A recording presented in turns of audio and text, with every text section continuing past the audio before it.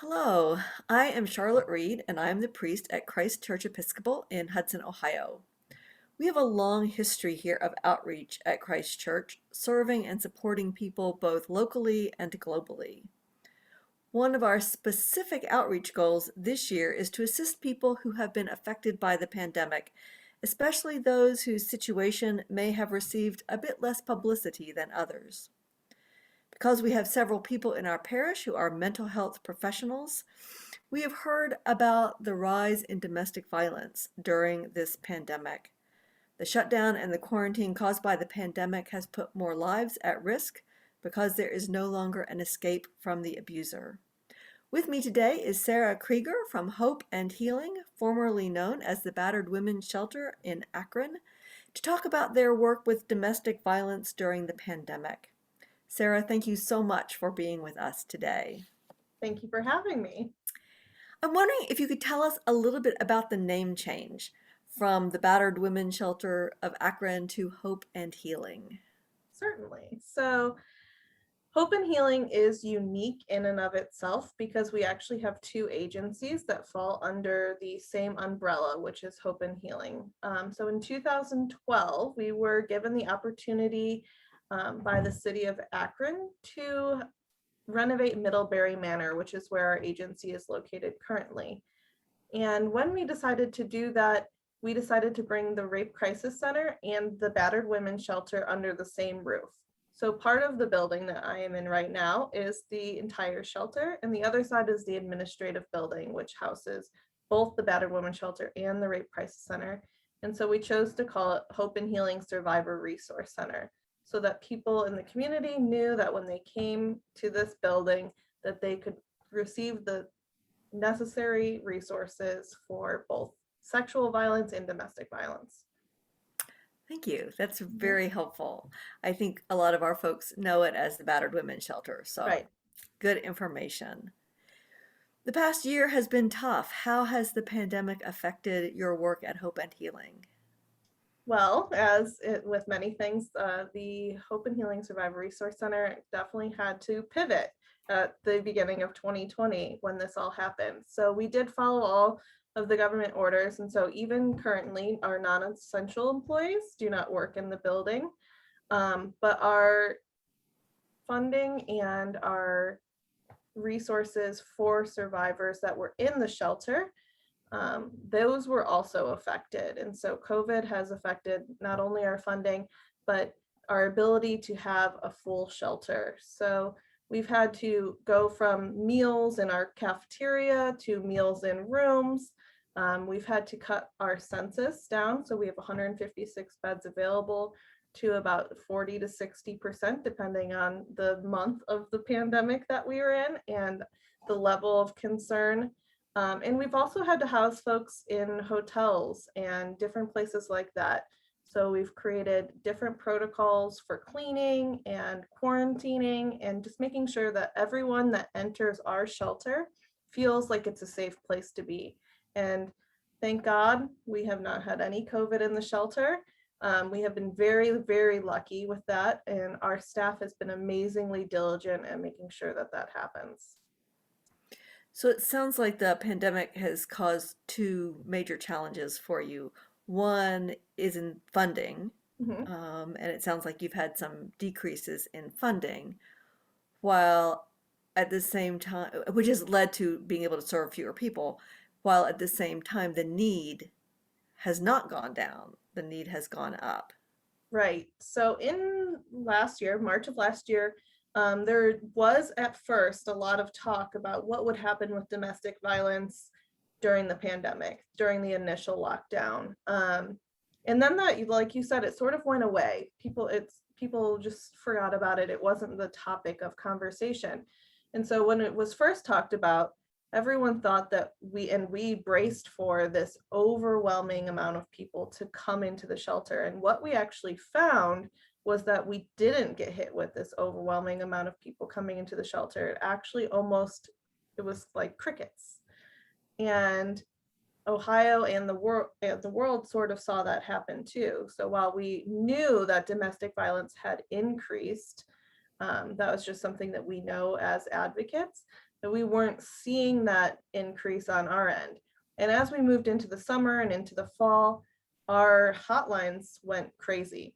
And so we every so often we would hear these stories where the abusers were telling them that the shelters weren't safe, that they would go there, that they would get COVID. So we had this extra, little hurdle to cross with getting victims into the shelters.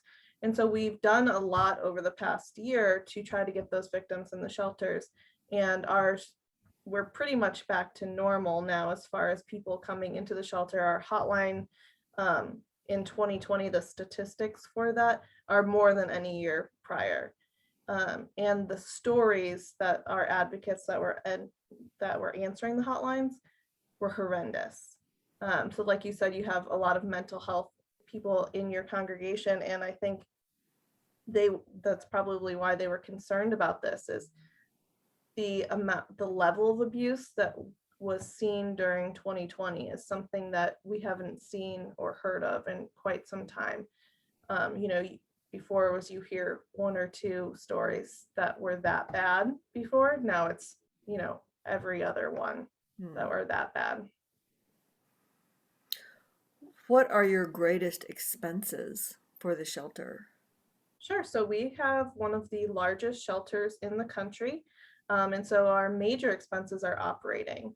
So we, between food, water, heat, electric, those types of things, those are huge expenses for us. We are almost always full, or what we call COVID full now. And so when we're not COVID full, when we are COVID full, we're having to put these folks into hotels and into housing programs where we're housing them faster than we ever have before. And so that's an added expense that we did not see before 2020. Cutting through some of the red tape is a little bit expensive. But in order to keep these victims safe and out of harm's way, we've had to make sure that we've had to find special funding sources for those types of things. So those are big expenses. I would say overall crisis intervention is a huge expense for us. And so a lot of that is funded through something called VOCA. But VOCA was cut last year substantially by the federal government. And so we've had to kind of make up that money in other places and other funding sources. And so we have done that in a really interesting way of making sure that, people wear multiple hats now, but we want to make sure that those victims get, those crisis intervention, the therapy, the case management, that type of thing that they really need, so that, our expenses on the water, the electricity, those types of things, they don't have to be in the shelters as long. They can move on with their lives, that they get, that hope and that healing that they really need. A high percentage of the cost of any such nonprofit organization is the personnel. Sure. You had mentioned earlier that you all had to do some cutbacks in Hmm. personnel because of cutbacks in funding. Right. Could you tell me some numbers on that? Sure. So our funding, we have two major government funds that fund most of our staff. There are very few of us that are not funded by a grant. And so our funding cuts came from the Victims of Crime Act and the Violence Against Women Act. Those were both substantially cut in the fall of 2020. And so we are actually anticipating more cuts in 2021. Hopefully that won't happen, that there can be some changes made to those laws, but right now we're anticipating it. So we actually cut a roughly 19 positions, and so a lot of that came out of our community outreach program that was having to be cut. So a lot of that is going into these middle schools, these high schools, churches, fairs, places, trying to reach the victims where they are, so that so that they know that these services are out there. So having that cut was a huge cut to us. I mean, to be able to reach people and to have them know that these services are available to them, we just want to make sure that everyone is aware. And what is your total budget? I believe our total budget is around 6 million. Thank you. Mhm. Sarah, what else would you like our folks to know about the work of hope and healing? Sure. So hope and healing, one of the things that I forgot to mention when we first started talking about hope and healing and the change, is we are still technically called the Battered Women's Shelter, but we serve all people. So we serve men, women, LGBTQ plus community. Our shelter is a unique situation where all of those folks can be housed separately in their own homes, in rooms with their families and private bathrooms. Um, so that they feel the most comfortable. And I also want everyone to know that these services are free to the community. So whether it is the emergency shelter, our family stability program, therapy for survivors and co-survivors of both domestic violence and intimate partner violence, it's all free to the community. Thank you. Mhm. Thank you so much for being with me this afternoon and telling us a little bit about the work of hope and healing. Sure. We are looking forward to our online auction and to being in touch with you in the future. No, Thank we you, Sarah. appreciate you doing this for us. Thank you.